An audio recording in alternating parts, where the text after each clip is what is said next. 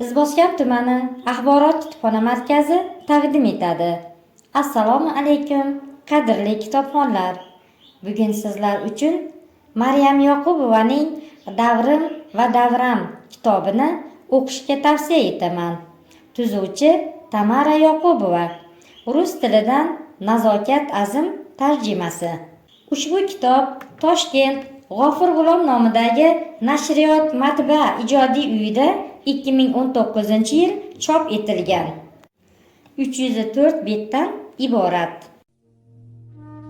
Kitob haqida Tamara Yoqubova shunday degan: aytishlaricha, aktyor toki uni tomoshabinlar yodda tutar ekanlar, barhayotligicha qolaveradi. Necha 10 yillardirki sevimli aktrisamiz Maryam Yoqubova oramizda yo'q. Ammo bugungacha xalqimizning tili-yu dilida. U umrining oxirida hech kim tanimay qolgan aktrisalar taqdirini takrorlamadi. Aksincha, shuhrati hamon dong taratishda davom etmoqda. Afsuski, u haqiqiy yulduz bo'lib charaqlab chiqqan spektakllarni hozir ko'rishning imkoni yo'q. Texnika taqchilligi tufaylimi yoki o'sha paytdagi haqiqiy san'atga befarqlik sababmi sahna asarlari kino tasmalarga muhrlanmagan. Bu spektakllarni ko'rgan tomoshabinlar avlodi ham o'tib ketyapti. Demakki, o'sha davrlarning teatr hayotini faqat buyuk aktyorlarning ijodiga bag'ishlangan monografiyalar va aktyorlar yozib qoldirgan memuarlarni o'qib tasavvur qilish mumkin. Maryam Yoqubova ishtirok etgan filmlar hozirga qadar siz u bizni ijodkor san'atidan bahramand etib kelmoqda.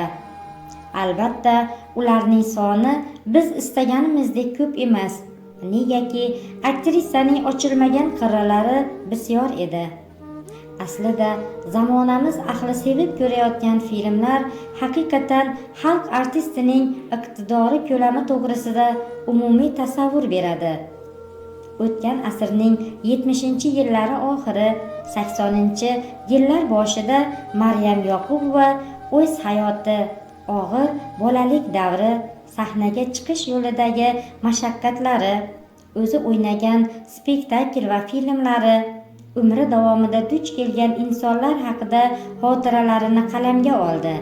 Ammo turli sabablarga ko'ra 1984-yili chop etilgan Men qanday qilib aktrisa bo'ldim deb nomlangan kitobga muallifning barcha yozganlari emas, balki bolaligi, jajji Maryamning Buxoro amiri saroyidagi hayoti, erta turmushga berilishi-yu qaynonasi uyidagi turmushi, Moskvada ta'lim olishi, shuningdek yosh aktrisaning shakllanishi to'g'risidagi boblar kiritilgan edi.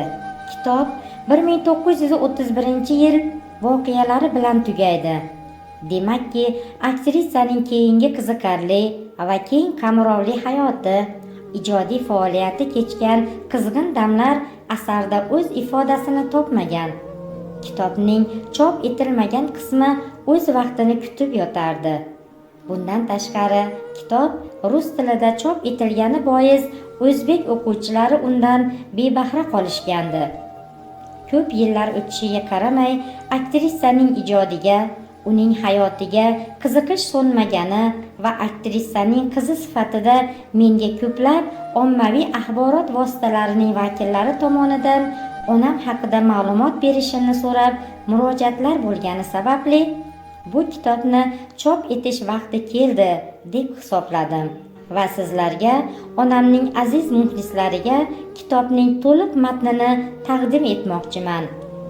Maryam Yoqubova yozgan kitobni xuddi sarguzasht asar kabi o'qish mumkin, ammo uning asl qimmati hujjat ekanligidadir. Asarning bosh qahramoni muallifning o'zi undagi voqealar xotirasida qanday saqlangan bo'lsa, shundayligicha qog'ozga tushirilgan.